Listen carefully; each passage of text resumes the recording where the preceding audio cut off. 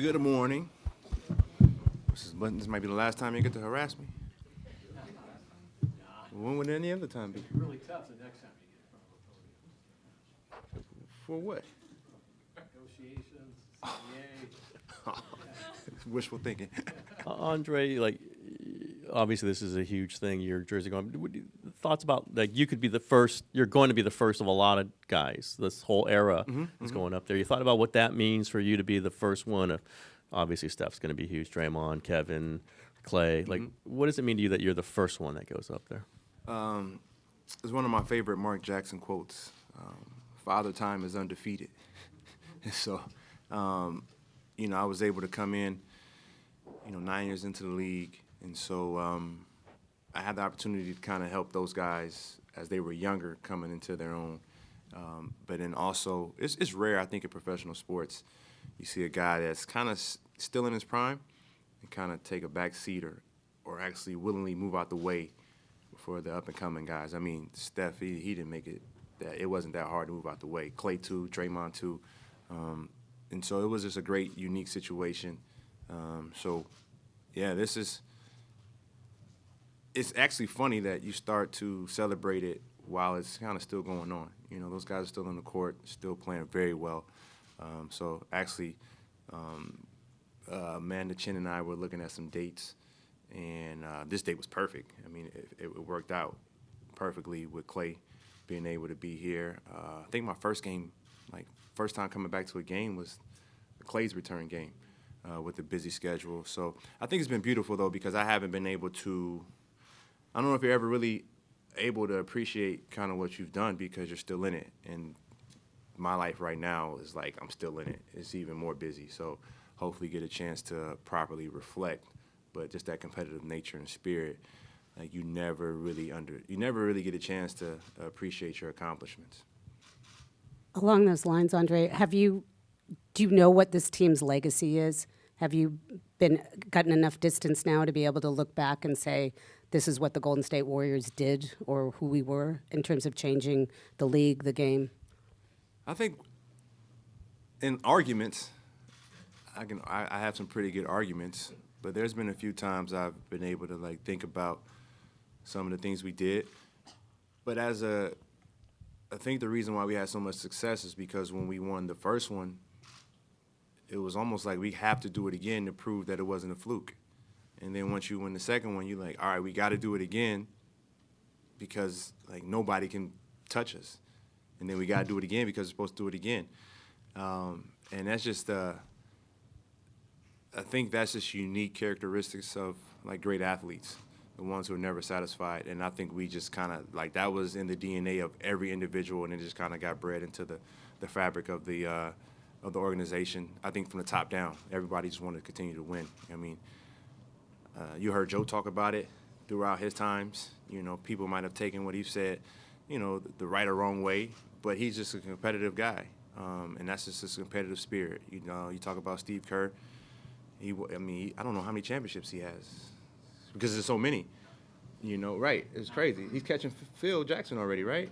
Right? Who would have thought that would be the situation? Someone could catch Phil Jackson, and then you look at Bob Myers and the athletes he's had as an agent, and then you look at when he was here, and look at what he's doing right now with the Commanders. Look at what he's doing with the group who has multiple franchises, and they want to be attached to winning folks, and we kind of had that built in.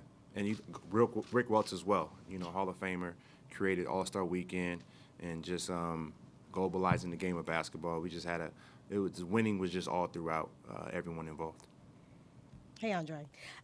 You played with some great guys, especially in Philly. What made it special that you knew coming in as a senior to the other guys for each individual with Draymond, Steph, and Clay that was different from what you were used to, that you know that you guys were going to find success? Well, I think me being older, so me being able to have some type of impression on them being younger. Also, I think the backgrounds of everyone involved. I've talked about it before. Steph and Clay coming from NBA families.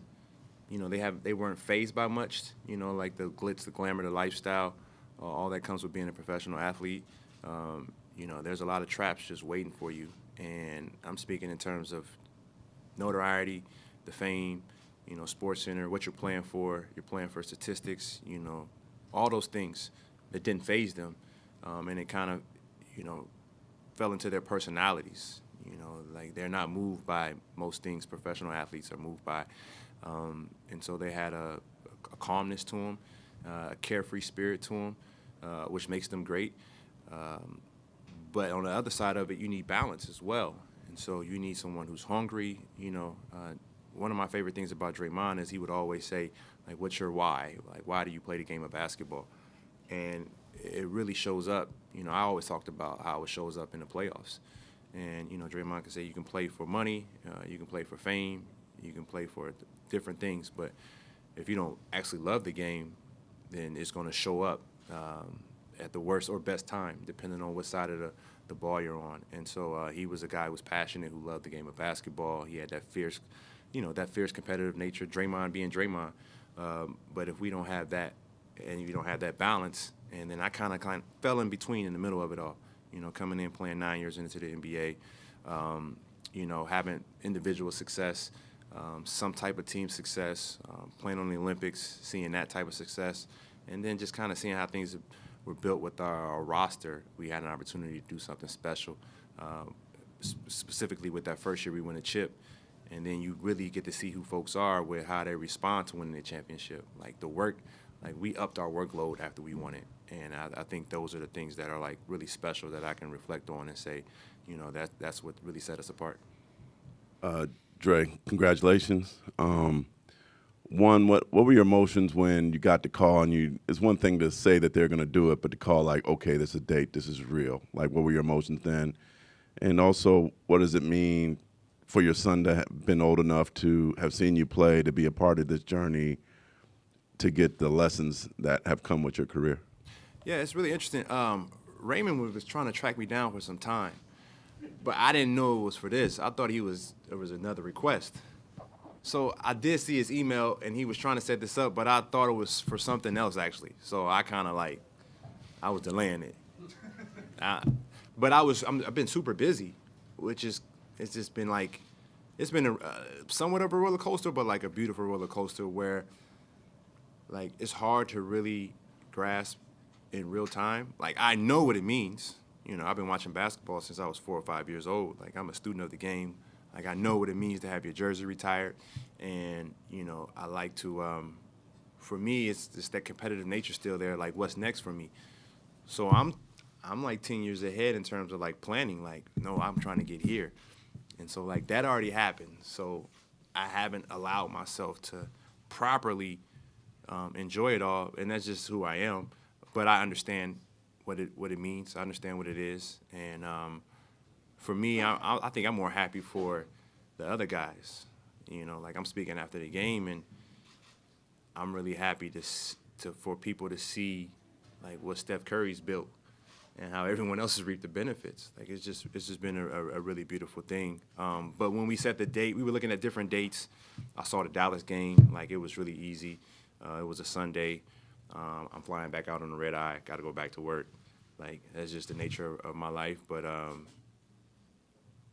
probably the best part has been like organizing with family. It's been a headache, but organizing with all the different family and friends all coming together.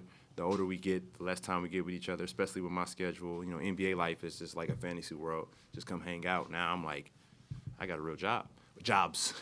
And so trying to take today as be present. And it's a good game, too. You know, I got a lot of favorite players playing today, so I get to enjoy a game of basketball. And your son? Oh, yes. I mean, he's a teenager. You know, they got all the answers. But we just got back from his official visit to Arizona late last night. We got back at like 11. And so we saw part of the BYU game. He had a great visit. He's like way taller than me now. And he shoots it just as well as I could shoot it at the end of my NBA career. Like, he can shoot. And so I'm in the dad mode where I'm just picking this game apart, and I'm probably, like, overly critical. But he said he wanted to go pro, and I'm giving him all the advice I wanted someone to give me at his age. But he's taking it in stride. He's a late bloomer like I was. It's been special for him to see. He saw it all. And so he gets it. We started winning too much, and he got bored, which is weird. Not weird. I mean, it's a normal. What was he? He was 11, 12 when we were winning a lot. He got bored. He was like, I don't want to go to the games. I know the outcome. It's crazy. But then the 7-year-old has no idea of what's going on. And my 15-year-old, the boys just yell at her in the hallway, I want Iguodala all day, every day. Like she's sick. So she gets it, and she has fun with it. But the 7-year-old is blind to it all, and she's like, oh, this is why people approach you so much when we're out in public. Like she's starting to understand. Good afternoon. Good afternoon, and congratulations, Andre. You've given so much to this game. It may be hard to narrow down, but if you could thank the game of basketball for one thing, what would that be? Thank the game of basketball.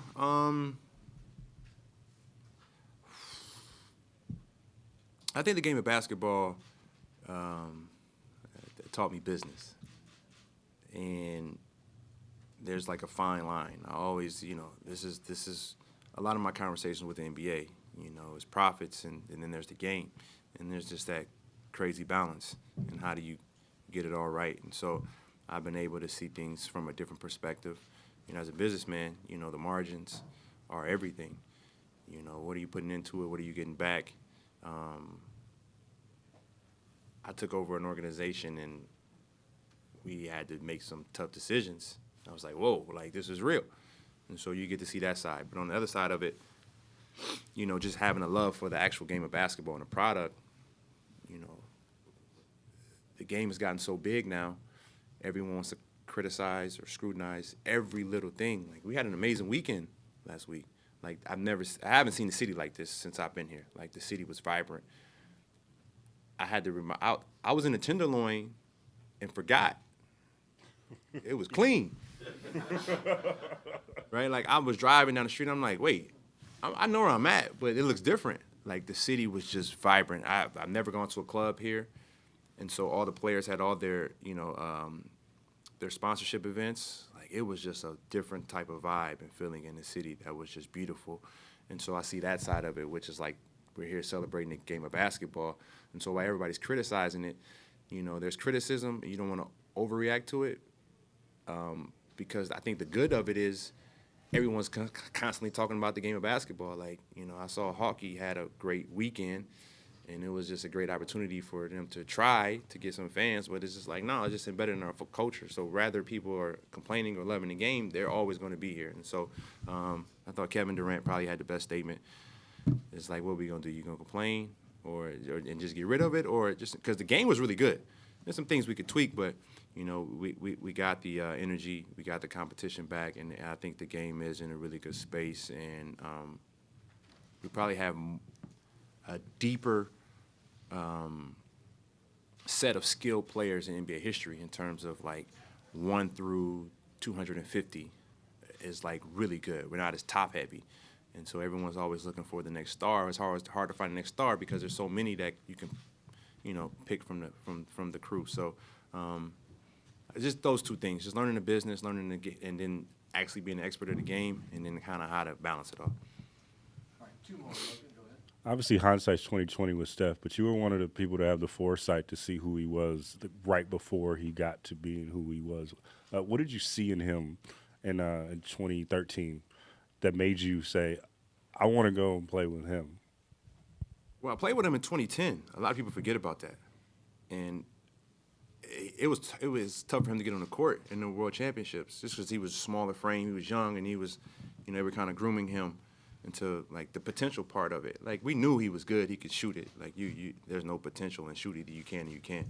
So he's had that, but I think it was one of those times where I'm always locked into the game. I've always spoken about that. It's hard for me to see how good someone is. One, because I'm just not going to give my opponent that respect, and two, I'm just so locked into the game. But Jordan Hamilton, wow, that's a name. Jordan Hamilton, my guy. But timeout, and I came to the bench, and he's still going crazy. He's like, yo, did you see what happened? I'm like, what do you mean? I was in the game. And Steph took the shot in the bench, and that was the first time he looked away, and he looked at the bench and told him to shut up. The ball was still midair. And if you go back and look at that moment, their reaction, JaVale McGee was there, Jordan Hamilton, there's a few other guys are looking at each other like they never seen that. But I think it was more than just him as a basketball player. I think playing in the NBA for so long, you see so many different personalities, you see so many different egos, and you talk about you want to play somewhere with joy, you know, it starts at the top. And knowing he's going to be the leader, best player on the team, we following him. When you see someone who he is, like it makes it very easy to show up and go to work every single day. And I mean, you do your homework in the scout report, so you know your teammates. Like, man, I know what Kobe had to eat half the damn time. You know, I was just in his face, and his breath was. I'm like, oh, that's what you ate today.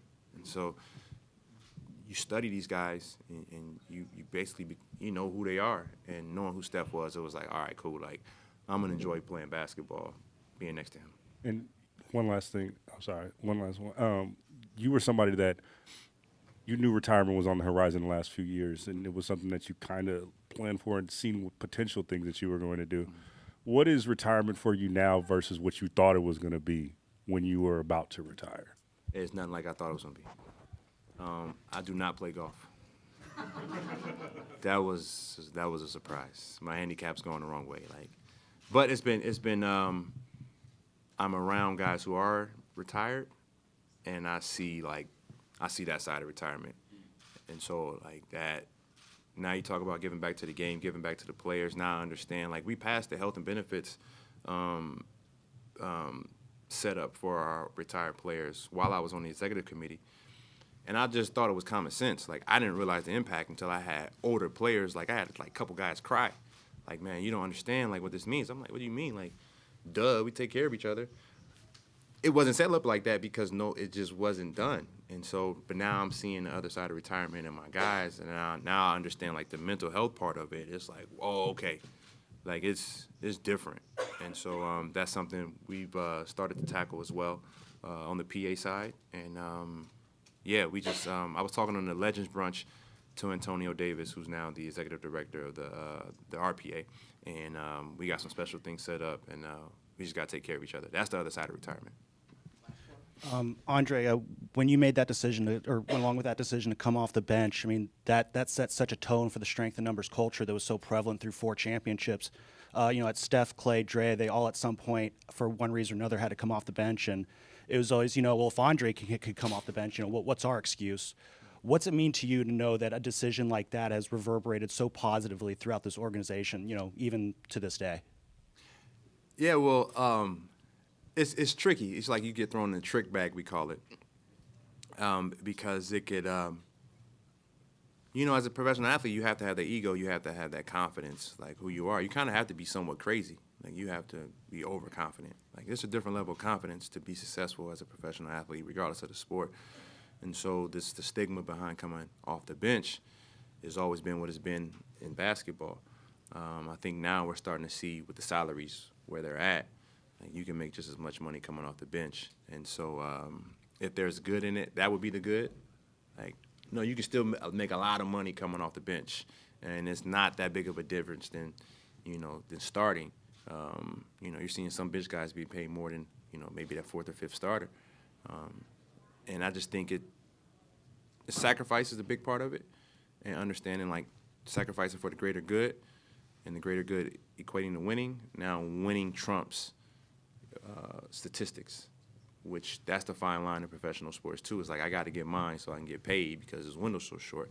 Now you're starting to see, like, winning's a part of the equation.